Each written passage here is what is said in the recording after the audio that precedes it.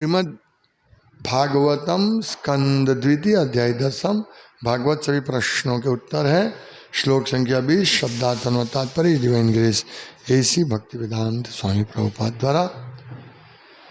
नासिके निर्विद्येताम दोदुयति न बस्वति तत्र वायुर्गंधवहो ग्राणो नसी जिगृक्षतः।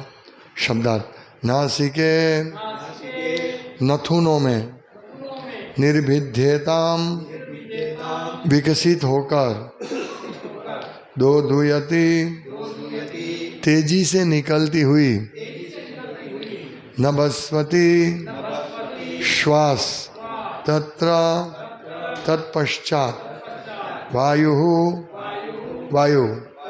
गंधवः सुगंधि घ्राणः घ्राण शक्ति नसी नाक में जिगृक्षतः सुगंध सूंघने की इच्छा करते हुए। अनुवाद।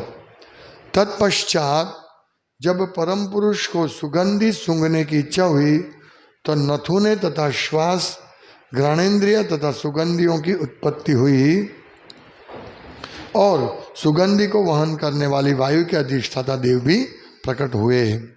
तात्पर्य। जब भगवान को सूंघने की इच्छा हुई तो नासिका सुगंध अधिष्ठाता वायुदेव घ्राण शक्ति इत्यादि एक साथ प्रकट हो गए। उपनिषदों में आइए इस कथन की वैदिक मंत्रों द्वारा पुष्टि होती है कि जीवात्मा द्वारा कोई कार्य करने के पूर्व ईश्वर प्रत्येक वस्तु के लिए इच्छा प्रकट करते हैं। जीवात्मा तभी देख सकता है जब ईश्वर देख रहा हो। जीवात्मा तभी सूंघ सकता है जब ईश्वर सूंघे इत्यादि। कहने का तात्पर्य यह है कि जीवात्मा कोई भी कार्य स्वतंत्र रूप से नहीं कर सकता, भले ही वह किसी कार्य को स्वतंत्र रूप से करने के विषय में सोचे, किंतु वह स्वतंत्र रूप से कोई कार्य कर नहीं सकता।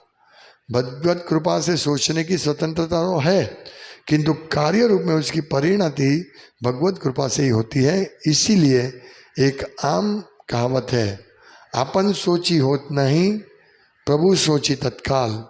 सारी व्याख्या का विषय है कि जीवात्मा परतंत्र है और परमेश्वर पूर्ण स्वतंत्र है।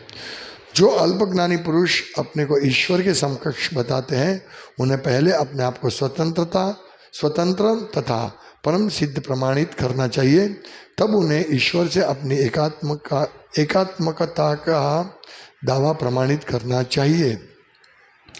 ओम ज्ञान तिमिरान्धस्य हरे कृष्णा कृष्ण कृष्ण हरे हरे हरे राम राम राम हरे हरे। हरे कृष्ण। ये सब इंद्रिय उत्पन्न हो रही है धीरे धीरे। हमने जीवा सूंघने और स्वाद ग्रहण करने और वाणी की इंद्रिय है दोनों, और उसके अधिष्ठाता देव उत्पन्न हुए। अभी इस श्लोक में वायुदेव की उत्पत्ति होती किसके साथ? नासिका के साथ। घ्राणेन्द्रिय सुगंध घ्राणेन्द्रिय इन सबके साथ वायुदेव की उत्पत्ति हुई। पर कब हुई? घ्राणो नसी जिगृक्षतः। जब परम पुरुष को सूंघने की जिगृक्षता इच्छा की, यानी भगवान जब इच्छा करते हैं तब हमारी इंद्रिय उत्पन्न होती है। भगवान ने ऐसी की तो घ्राणेन्द्रिय नासिका सुगंध और उनके अधिष्ठाता देव वायुदेव उत्पन्न हुए। तो यहाँ मूलभूत पॉइंट यह है कि जिगृक्षतः सुगंध सूंघने की इच्छा करते हुए। किसको? भगवान को। उपनिषद में वचन है, प्रभुपाद लिखते हैं कि उपनिषदों में कथन है कि जीवात्मा द्वारा कोई कार्य करने के पूर्व ईश्वर प्रत्येक वस्तु के लिए इच्छा प्रकट करते हैं। यानी हमारी इच्छा जो होती है वो ऑलरेडी भगवान को इच्छा हो गई है, इसीलिए हमको इच्छा होती है। जीवात्मा द्वारा कोई कार्य करने के पूर्व ईश्वर प्रत्येक वस्तु के लिए इच्छा प्रकट करते हैं। जीवात्मा तभी देख सकता है जब ईश्वर देख रहा हो। कितनी बड़ी बात है। जीवात्मा तभी सूंघ सकता है जब ईश्वर सूंघे इत्यादि। यानी ये जो 5 ज्ञानेंद्रिय से हम तभी कार्य कर सकेंगे जब भगवान कार्य करते हैं।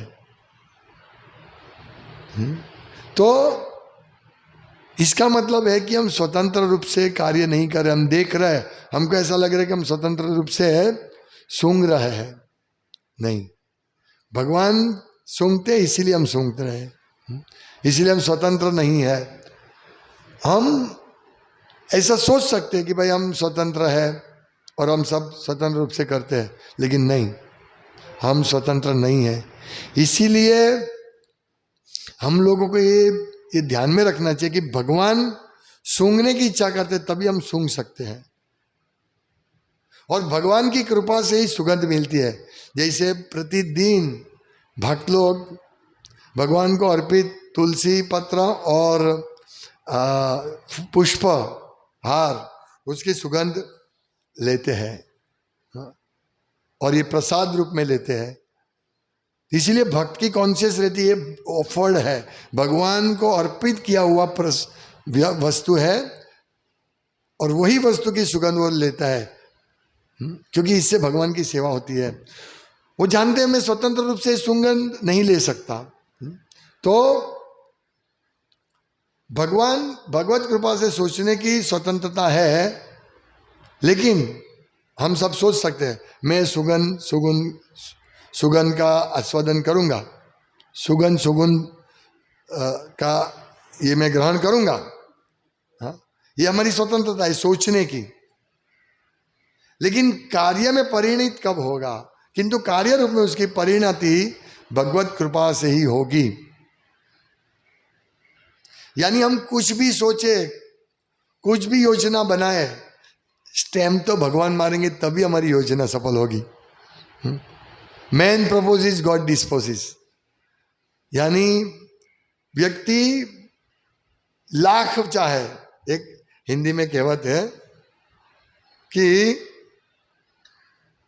आदमी लाख करे वही होता है जो मंजूर खुदा होता है। ये हमने डायलॉग सुना है। हम लाख करें लेकिन होगा वही जो भगवान मंजूर करेंगे, सिक्का मारेंगे। मैन प्रपोजेस गॉड डिस्पोजेस, ये बहुत महत्वपूर्ण शिक्षा इस श्लोक से, कि हम देखते हैं, सूंघते हैं, चलते हैं, जो भी करते हैं वो भगवान की कृपा से करते हैं, क्योंकि भगवान वो सब करते हैं इसीलिए हम करते हैं। भगवान देख सकते इसीलिए हम देखते हैं।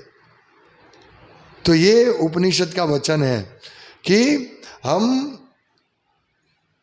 जो भी करते हैं वो भगवान पूर्वक कर चुके हैं, करते हैं, इच्छा प्रकट करते हैं। हाँ? तो इसीलिए हमारा क्यों नहीं धार्या जो हम धारते हैं, हम कितनी इच्छा करते, क्यों नहीं होता सब?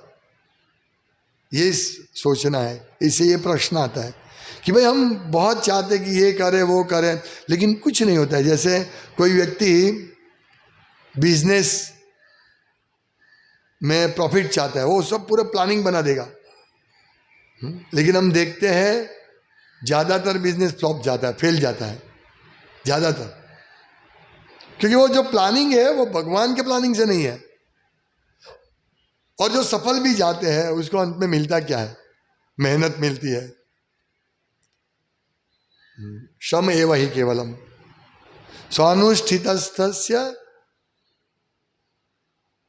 धर्मस्य, अपने अपने धर्म में रहकर विष्णु आराध्यते पंथे, हमें विष्णु की आराधना करनी चाहिए अपने अपने इच्छा से, मतलब हम जो भी कार्य करते हैं उससे विष्णु की आराधना करनी चाहिए। लेकिन यदि हम जो भी कार्य करते हैं उसके बाद वो कार्य करते हुए यदि हमारा कृष्ण के प्रति श्रद्धा विश्वास नहीं बढ़ा, कृष्ण की भक्ति अगर हम नहीं कर पाते, तो श्रम एव ही केवलम, श्रम है। यानी हमारे सब कार्य ऐसे होने चाहिए जिससे भगवान की संतुष्टि हो। संतुष्टि भगवान हरितोषणम, हरि को संतुष्टि मिलनी चाहिए जो भी कार्य करते हैं उससे। तभी हमारी योजना सफल जाएगी। हम देखते बहुत योजना बनाते हैं। अभी ये रविवार को हम डिस्ट्रीब्यूशन के लिए गए थे, एक परिवार मिले, उन्होंने बोला कि हम लोग, वो जो माता जी थे उनके 2 बच्चे थे, तो माता जी ने बोला कि हम लोग मेरे पति को छोड़ के इधर आ गए, 7 महीना हुआ मेरा पति हमको बुलाते नहीं है। उन्होंने क्या योजना बनाई थी, उनके लिए अच्छा था क्योंकि उनके पति ने कर्जा कर लिया था, इसीलिए वो उनको सबक सिखाने के लिए उनसे अलग होके चले आए। अभी फंस गए वो, बोले 7 महीना हुआ वो बुलाते भी नहीं है 7 महीने से बुलाते नहीं है, और इधर का भाड़ा भरना पड़ता है, खुद का घर है फिर भी भाड़ा भरना पड़ता है, तो खर्चा बढ़ गया। कहने का तात्पर्य, हम इच्छा करते हैं, हम सोचते हैं, हम प्लानिंग बनाते हैं, हम उसको सबक सिखा देंगे, हाँ? और हम अपनी योजना करते हैं। इसीलिए क्या है ना कि मैन प्रपोजेस गॉड डिस्पोजेस, भगवान की इच्छा होगी तब उसको होगा। इसीलिए हम लोगों को कोई भी योजना ये करना चाहिए, ऐसा नहीं है भाई वो उसने पति ने इतना देवा कर लिया, कर्ज कर लिया, इसीलिए इन लोगों को कुछ तो एक्शन लेना पड़ेगा, लेकिन एक्शन लेने के लिए बीच में कृष्ण को रखना पड़ेगा, कृष्ण को संतुष्ट करना पड़ेगा। तब मैंने उनको यही बोला कि आप प्रतिदिन भगवत गीता, रामायण और कृष्ण पुस्तक पढ़ो, ये प्रभुपाद की पढ़ो। हमने दिया उनको कृष्ण पुस्तक, लिया उन जैसे तैसे लिया। कहने का तात्पर्य, लोग अपना इच्छा करते हैं और अपनी इच्छा के हिसाब से यदि नहीं होगा कार्य तो भगवान को दोष देते हैं। जैसे मैंने एक और एग्जांपल दिया था कि एक भक्त ने बोला कि मैं 64 माला करता हूं ताकि मेरी इंद्रियों तरफ तुष्ट हो जाए, मुझे इच्छा है, मेरे कोई इच्छा है तो मैं इच्छा भगवान के पास ही पूरा करवाना चाहता हूं, मैं देव देवता के पास नहीं जाना चाहता हूं। तो इन्होंने इच्छा की और इन्होंने साथ में ये भी रिजल्ट भी उन्होंने सोचा कि मैं ये कर रहा हूं 64 माला करूंगा तो भगवान प्रसन्न होना ही चाहिए, भगवान को होना ही पड़ेगा। यानी उन्होंने स्वतंत्रता रूप से ये सोच लिया कि मैं ये करूंगा इसलिए भगवान को मुझे परिणाम देना ही पड़ेगा। समझ रहे? अपनी इच्छा नहीं चलती। हाँ, हम मतलब ये तो ये हो गया कि भाई हम भगवान की भक्ति करेंगे और भगवान को मुझे परिणाम देना ही पड़ेगा, तो ये भक्ति नहीं है। भक्ति ये है अहेतु की अप्रतिहतता होनी चाहिए। और ये बात यहाँ यही है कि हम कुछ भी सोचे, जब तक वो भगवान की प्लानिंग के हिसाब से नहीं होगा तो हमारा सोचना, हमारा कुछ भी कार्य करना बेकार है। हम इच्छा करते हो ये बहुत सुंदर गार्डन है, चलो वहाँ जाके हम सुगंध ले लें, इसलिए कितने परफ्यूम बने हैं, हम सब परफ्यूम डालते हैं। लेकिन ये सुगंध कोई काम की नहीं, क्योंकि ये भगवान का प्लानिंग नहीं है। भगवान का प्लानिंग कुछ और है। भगवान चाहते हैं कि आप सुगंध सूंघो, लेकिन मुझे अर्पण किए पुष्प को प्रसाद रूप में सूंघो। ये है भगवान की योजना। और ये योजना कौन समझते हैं? भक्त लोग। वैष्णवेर क्रिया मुद्रा बुझे तन पारो। वैष्णव जो कार्य करते हैं वो कोई सामान्य लोग समझ नहीं सकते, क्योंकि वैष्णव की योजना जो है वो भगवान की योजना को पूरा करने के लिए, उनको अंदाज है कि भगवान को क्या चाहिए। ऐसे भगवान की योजना को सब लोग नहीं समझ सकते। शिव जी कहते हैं कि मैं, ब्रह्मा जी, ये बड़े बड़े स्वतंत्र देव अपने आप को स्वतंत्र समझते हैं, लेकिन हम भी भगवान की योजना को नहीं समझ पाते हैं। सोचिए। लेकिन ये जो भक्त है, शुद्ध भक्त भगवान की योजना को समझ सकता है, क्योंकि उसका हमेशा चिंतन यही होता है कि वो कृष्ण के लिए कार्य करे। इसीलिए जब आप किसी भक्त को कुछ खाना देंगे, कुछ सूंघना देंगे, तो बोलेंगे भगवान को ऑफर किया है, क्योंकि भगवान को ऑफर करना, वही सूंघना है, वो भगवान की इच्छा है, ताकि हमारा कल्याण हो। तो ये बात है कि हम कितना भी स्वतंत्र रूप से सोचेंगे हम ये कर लेंगे वो कर लेंगे, लेकिन जब तक भगवान की मंजूरी नहीं होगी, भगवान का स्टैंप नहीं लगेगा, भगवान की इच्छा के साथ हमारी इच्छा मैच नहीं होगी, तब तक हम असफल रहेंगे। भक्ति में भी ऐसा ही है, हम अपने हिसाब से भक्ति करेंगे, वो नहीं चलेगा। इसलिए मैं बार बार इस पॉइंट पे बहुत ध्यान देता हूं कि एक एक चीज शास्त्र, साधु और गुरु के मार्गदर्शन से करना चाहिए, एक एक चीज। तभी हम भगवान की योजना को समझ सकेंगे, क्योंकि भगवान ने अपनी सारी योजनाएं शास्त्र में दे दी है पूरा। और प्रभुपाद जो साधु है उन्होंने बोल दिया कि जो भी मेरे पास ज्ञान है मैंने सब मेरे पुस्तकों में दे दिया है। तो प्रभुपाद कहते जो भी प्रश्न के उत्तर आपको चाहिए वो मुझे पूछ लीजिए, लेकिन मैं अभी नहीं रहूंगा, तो आप लोग शास्त्र, मैंने जो पुस्तक लिखी उसमें से आपको सभी प्रश्न के उत्तर मिलेंगे। ये बात है। यानी भगवान की योजना समझने के लिए उनके शुद्ध भक्त शिल प्रभुपाद को समझना पड़ेगा। और प्रभुपाद स्पष्ट कहते हैं कि मैंने पूरे समस्या का निदान, शुद्ध भक्ति का मार्ग सब मेरे पुस्तक में है, ले लो। इसीलिए हम लोग जोर देते पुस्तक पढ़ने के पीछे, तभी हम भगवान की योजना को समझ सकेंगे। नहीं तो हम ये भगवान की योजना को समझ सकते हैं यदि हम ऐसे ही श्लोक पढ़ लें कि भगवान को जब सूंघने की इच्छा हुई तो ये सब इंद्रियां उत्पन्न हुई। ये हम पढ़ लेते हैं, सुन लेते हैं, लेकिन हम इसको अमल में लाना समझ नहीं सकते। इसीलिए भागवत कथा बहुत होती है, ये भी भागवत कथा है, लेकिन हम प्रभुपाद के मार्गदर्शन में भागवत कथा कर रहे हैं। और बाकी की भागवत कथा जो होती है वो भागवत कथा में ये सब समझ नहीं आती। वहां सिर्फ मजा के लिए भागवतम होती है, आनंद के लिए। आनंद कैसे? भाई भागवत कथा करेंगे तो हमारा पुण्य कर्म मिलेगा और वो पुण्य कर्म से हम सुखी होंगे, यही हेतु है भागवत सुनने का। और यहां हम भागवत सुनते हैं कि भगवान क्या चाहते हैं। भगवान ने सुनने की इच्छा की, इसीलिए मुझे इंद्री मिली है और मुझे भी भगवान की सेवा के लिए सूंघना चाहिए। कितनी स्पष्ट बात है। नहीं तो हम ये अपनी सुगंध की इंद्री को अलग अलग जगह डालेंगे। जैसे यदि हम भक्त नहीं हैं तो हम कहीं जाते हैं तो हमको स्मेल आती है बहुत, कोई समझो कहीं पे पाव भाजी बन रही है, तो जैसे हम सूंघते हैं वो अरे इसका कनेक्शन भगवान से नहीं है, ये प्रसाद नहीं है, मुझे नहीं खाना चाहिए। इसको बोलते हैं भगवान की इच्छा में अपनी इच्छा को मिला। नहीं तो ये घ्राणेन्द्रिय का दुरुपयोग है। घ्राणेन्द्रिय सुगंध ग्रहण करता है, लेकिन यदि हम ये नहीं सोचेंगे अरे ये जो मैं सूंघ रहा हूं वो ठीक है, अच्छा है सुगंध, लेकिन इसका कनेक्शन भगवान के साथ नहीं है।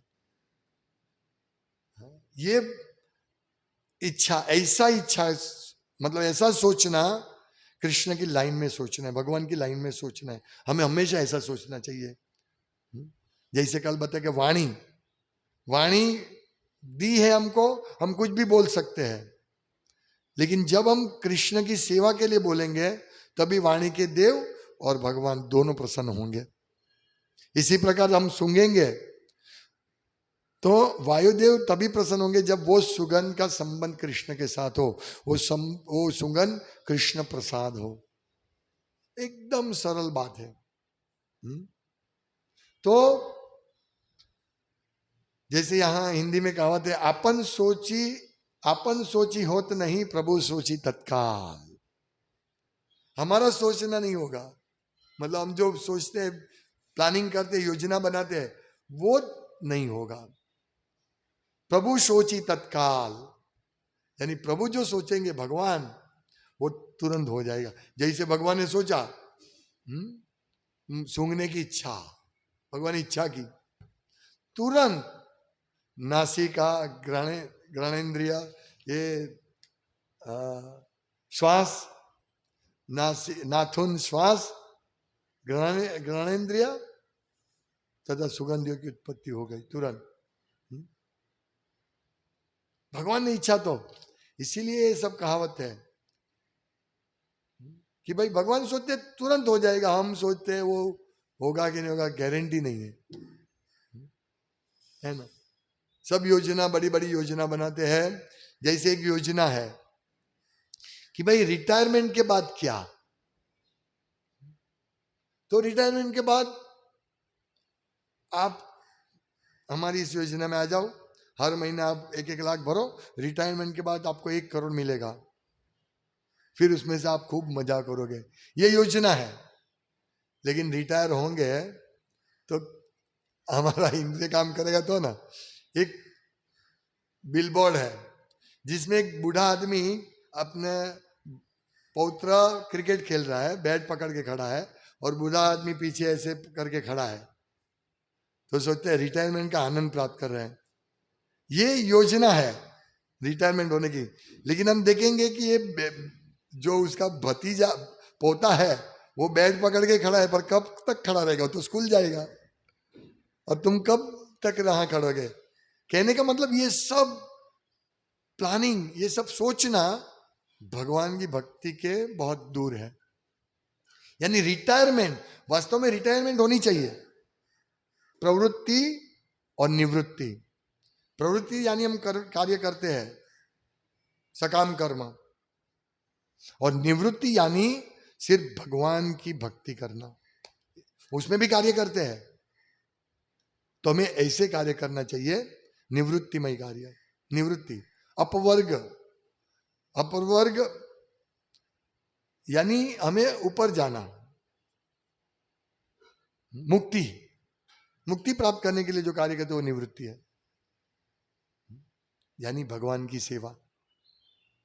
तो ये सब एग्जाम्पल है कि योजनाएं बहुत सारी है, ये करो वो करो तुमको बहुत पैसा मिलेगा। लेकिन हम लोग रिटायर होंगे तो ना, रिटायर तो पहले तो कोई रिटायर होते ही नहीं है, न तो कोई पॉलिटिशियन रिटायर होते हैं, न तो कोई बिजनेसमैन रिटायर होते हैं, और नौकरी वाले रिटायर होते हैं पर उसको रिटायरमेंट जमता नहीं है, इसीलिए वो दूसरी नौकरी पकड़ लेते हैं जहां रिटायरमेंट नहीं हो। तो इस प्रकार कोई रिटायरमेंट नहीं चाहते हैं, पर वो लोग बड़ी बड़ी योजना बना, आप रिटायर होंगे तो इतना लाभ मिलेगा, और व्यक्ति पूरा पैसा, पूरा मेहनत करके उसमें पैसा भरता है, फिर जब रिटायरमेंट का टाइम होता है तो वो रिटायर नहीं होता है, और जो सपना देखा था वो पूरा नहीं होता है। इसीलिए हमको ऐसा सपना नहीं देखना चाहिए जिससे जो भगवान की इच्छा नहीं हो। हम ऐसा ही सपना दे, हम सोचे हम एक बहुत बड़ा बंगला ले ले, ये सोचो मत। हम बैंक बैलेंस बढ़ा दे, मत सोचो, क्योंकि हम बैंक बैलेंस बढ़ाने के चक्कर में ज्यादा काम करेंगे तो हमारा पूरा शरीर रोगों का घर बन जाएगा। फिर क्या करेंगे बैंक बैलेंस को, भक्ति नहीं कर पाएंगे। हमने देखा अभी एक व्यक्ति को ये हुआ, डायग्नाइज हुआ कि उसको कैंसर है पूरा मुंह में। फिर क्या करेगा वो, पूरा जीवन भर कमा के मानो के करोड़ों रुपया है, क्या करेगा वो, सोचिए। ये सोचने जैसा है। योजना बनाई कि मैं अभी कमा लेता हूं और बाद में आनंद करूंगा। कैंसर हो गया, क्या करेंगे।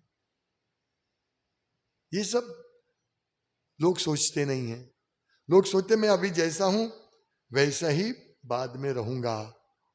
युवान लोग सोचते हैं दौड़ेंगे, मैं अभी दौड़ रहा हूं, ऊपर नीचे कर रहा हूं, बाद में भी ऐसे करूंगा, पर जब बुढ़ापा होगा तो हमारे घुटन नहीं चलेंगे, घुटने, तब हम एक एक सीढ़ी उतरने के लिए 1-1 मिनट लगेगी, 1-1 स्टेप उतरने के लिए, है ना। बैठे हैं तो खड़े नहीं हो पाएंगे, खड़े हो तो बैठ नहीं पाएंगे, ऐसी हालत होगी। वो कोई सोचता नहीं है। योजना ऐसी बनाते जैसे अभी में मेरा खाना मतलब इंद्रिया, सूंघना, सुनना, देखना, वैसे ही रिटायरमेंट के टाइम होगा। ये सब सोचते हैं और ये सब योजना बनाते हैं। ये योजना से कोई लाभ नहीं है, क्योंकि वास्तविकता तो कुछ और है, भगवान ने तो कुछ और सोचा है। क्योंकि तुमने पूरे जीवन भर अपनी इंद्रियों को भगवान की सेवा में नहीं लगाया, न तो घ्राणेन्द्रियों को लगाया, न वाणी को, न जीवा को, फिर भगवान, इसीलिए भगवान ने योजना आपके लिए अलग रखी है कि जाओ आप इसी जगत में रहो मरने के बाद भी। लेकिन भक्त समझता है कि मेरी योजना चलेगी नहीं, इसीलिए भक्त लोग हमेशा भगवान की सेवा कहाँ है, भगवान का प्रसाद कहाँ है, वही प्राप्त करने के लिए दौड़ते हैं। यही इस श्लोक को समझना है, इसी प्रकार हमको समझना है। क्योंकि सूंघने की शक्ति सब चली जाएगी, देखने की शक्ति चली जाएगी, टेस्ट लेने की शक्ति चली जाएगी, बोलने की शक्ति चली जाएगी। फिर क्या करोगे रिटायरमेंट में? पूरा रूम भर के बैंक में करोड़ों रुपया है, लेकिन हम खा ही नहीं सकते हैं। पूरा गले मुंह का कैंसर हो गया, क्या करेंगे? करोड़ों रुपया है, क्या करोगे? नहीं अच्छे हो सकेंगे। बोल ही नहीं सकते हैं, पैरालिसिस के कारण जीवा पे बोल नहीं सकते, करोड़ों रुपया, क्या करोगे? इससे अच्छा है पहले से ही भगवान की सेवा करो, ताकि भगवान की इच्छा के लिए हम बढ़ते। यदि भगवान की सेवा करते करते रिटायरमेंट के टाइम यदि हमारी जीवा काम नहीं कर रही है, फिर भी हमको अफसोस नहीं होगा, ठीक है भगवान की इच्छा। लेकिन पूरा जीवन भगवान की सेवा नहीं कर और अंत में जब हमारी जीवा काम नहीं कर रही है तो हम गाली देंगे। ये कैसा है? पूरे जीवन जब आपको बोला कि वो सब छोड़ो भगवान की सेवा करो, तब बोले नहीं अभी नहीं, रिटायरमेंट के बाद। जब रिटायरमेंट के बाद भगवान का जो योजना था भाई तुम्हारी इंद्रियों को फेल करने का, तो भगवान का मतलब अपने कर्म के हिसाब से, हाँ कर्म के हिसाब से हमारी योजना बनती है, भगवान योजना करते हैं हमारे कर्म के हिसाब से। इसलिए भगवान अपनी योजनाएं नहीं हम पर डालते हैं। हमारा कर्म ऐसा था कि हमारा 60 साल में हमारा वाणी सब चला जाए, हमारा टेस्ट चला जाए, लेकिन मुझे मालूम नहीं है मैं पूरे जीवन भर क्या करता हूँ। मैं 60 साल के बाद रिटायर होकर मजा करूंगा, लेकिन योजना अलग है। और यदि भक्तों के लिए ऐसा हुआ तो भक्त क्या सोचेगा? ठीक है मैं भक्ति करता हूं, 60 साल के बाद जो भगवान की इच्छा, यदि मैं बोलना चाहता हूं बोलने देंगे भगवान तो मैं बोलूंगा। और इसीलिए पहले से हमको तैयार किया जाता है कि जब हम सूंघने की इच्छा भगवान करते तब हमारी इंद्रिय आती है। समझ रहे हैं? एकदम स्पष्ट बात है। और भक्त को जब ये समस्या आएगी, वो सूंघ नहीं सकेगा, खा नहीं सकेगा, बोल नहीं सकेगा, पर उसने भक्ति की है, इसीलिए भगवान उसको ऐसी चेतना देंगे ताकि वो कृष्ण भक्त बनने रहे। हमारे पूरा जीवन ऐसे व्यतीत करना है, जीवन भर। इसीलिए अहेतु की अप्रतिहता भक्ति करनी है, तभी हमारा आत्मा प्रसन्न होगा। हमें तो आत्मा को प्रसन्न करना है, और आत्मा तब प्रसन्न होगा जब भगवान की सेवा करेगा, उसके मालिक की सेवा होगी, तभी वो प्रसन्न होगा। इसलिए क्लियर कट मैसेज है। मंजूरे वही मंजूरे खुदा होता है। आदमी लाख भला चाहे, वही होता है जो मंजूरे भगवान होता है, मंजूरे कृष्ण होता है। मंजूरे कृष्ण, कृष्ण की मंजूरी चाहिए। और यदि कृष्ण रेडी है हमको शिक्षा देने के लिए, ठीक है भक्त रेडी है, यस भगवान आप जो चाहे कर सकते हैं। चैतन्य महाप्रभु के सन्यास गुरु क्या नाम, भारती, केशव भारती आए, तो उन्होंने बोला कि केशव भारती को प्रार्थना किया भगवान चैतन्य महाप्रभु ने कि मैं इस जगत से अभी ये करके सन्यास चाहता हूं, आप मुझे सन्यास देंगे? तो ईश्वर भारती ने कहा कि आप स्वतंत्र ईश्वर हो, आप परमात्मा हो, आप जो चाहेंगे वही होगा। उनके गुरु बोलते हैं ऐसे, आप जो चाहेंगे वो होंगे। इसीलिए गुरु भी सेवा करते चैतन्य महाप्रभु को सन्यास देने की। गुरु उनके गुरु ईश्वरपुरी को नहीं, चैतन्य महाप्रभु के गुरु ईश्वरपुरी, चैतन्य महाप्रभु ने ईश्वरपुरी को कहा कि मैं जो जप करता हूं तो मैं पागल हो जाता हूं। तो ईश्वरपुरी ने यही बताया कि ये स्वभाव ही इसका ऐसा है कि इसको जब पागल हो जाएंगे। उससे पहले बोला कि मैं सन्यासी हूं, मैं मतलब आ, क्या कहते हैं कि मैं वेद पढ़ू। तो चैतन्य महाप्रभु को कहा, चैतन्य महाप्रभु स्वयं कहते हैं, वो भगवान होते हुए भी ये कहते हैं, मोरे गुरु मूर्ख मानी लो। मेरे गुरु ने मुझे मूर्ख कहा कि तुम वेद शास्त्र पढ़ने के योग्य नहीं हो, तुम सिर्फ भगवान का नाम लो। चैतन्य महाप्रभु स्वयं बताते हैं कि मेरे गुरु ने मुझे मूर्ख कहा। यानी गुरु भगवान के प्रतिनिधि होते हैं, वो बताना चाहते हैं वो भगवान के प्रतिनिधि। और गुरु यदि भगवान का गुरु है तो भी वो शिष्य समझ के उसको डांटेंगे। एक बार जब जगन्नाथ मिश्र को एक स्वप्न आया, उसमें एक दिव्य आवाज उनको सुनाई दी। वो बोलते हैं कि आपको मालूम है ये चैतन्य महाप्रभु साक्षात भगवान है, पर ब्रह्म है, आप उसको डांटो मत। तो बोले ये जगन्नाथ मिश्र बोले कि देखो मेरा पिता का कर्तव्य है, वो चाहे परमेश्वर क्यों ना हो, लेकिन मेरा कर्तव्य है उसको, वो मेरा पुत्र है, इसलिए मैं उसको शिक्षा देने के लिए डांटूंगा। और वो जो दिव्य आवाज था वो प्रसन्न हो गए, है ना। तो ये सब भगवान की योजना है। भगवान चाहते कि मेरे भक्त मुझे डांटे, इसीलिए वो किसी का पुत्र बनते हैं, नंद महाराज का पुत्र बनते हैं, यशोदा माया के पुत्र बनते हैं। वो चाहते हैं कि मुझे डांटे, ये है भगवान की योजना। और नंद महाराज भी कृष्ण सेवा के लिए उनको शिक्षा देते हैं। ये है पूरा भगवान की योजना। और भक्तों की योजना भगवान के आश्रय में होती है। भगवान जो बोले वो मैं करूंगा। तो इस प्रकार हमें भी हमारी योजनाओं को इसी प्रकार डालनी है। ऐसा नहीं कि हम बहुत बड़ा घर बना दे, बहुत बड़ी मिलकत रख ले, हाँ, बहुत बड़ा बैंक बैलेंस बढ़ा दे। नहीं, भगवान की योजना क्या है? बहुत बड़ा सेंटर बनाओ जहां बहुत लोग आ सकते हैं। तो इसीलिए हम लोगों को वो योजना करनी चाहिए जिससे प्रचार हो। हमारा बड़ा घर बनाने से क्या फायदा होगा? कुछ फायदा नहीं होगा। एक दिन हमको घर से लात मार के फेंक दिया जाएगा, चाहे अपने सगे वाले फेंकेंगे या मृत्यु फेंक देगा हमको। इसलिए ऐसी योजना मत करो, ऐसी योजना करो जिससे भगवान प्रसन्न हो। हरे कृष्णा। श्रील प्रभुपाद की जाय, श्रीमद् भागवतम की जाय। वाञ्छाकल्पतरुभ्यश्च कृपा सिन्धुभ्येव च पतितं पावनेभ्यो नमो नमः। दन्ते निधाय त्रिंकं पद्यो निपत्ति कृत्वा चकाकुशतमेतदहं ब्रवीमि साधव सकले विहाय दूरात् चैतन्य चंद्र चरणे कुरुतानुराग। हरे कृष्ण कृष्ण कृष्ण हरे हरे।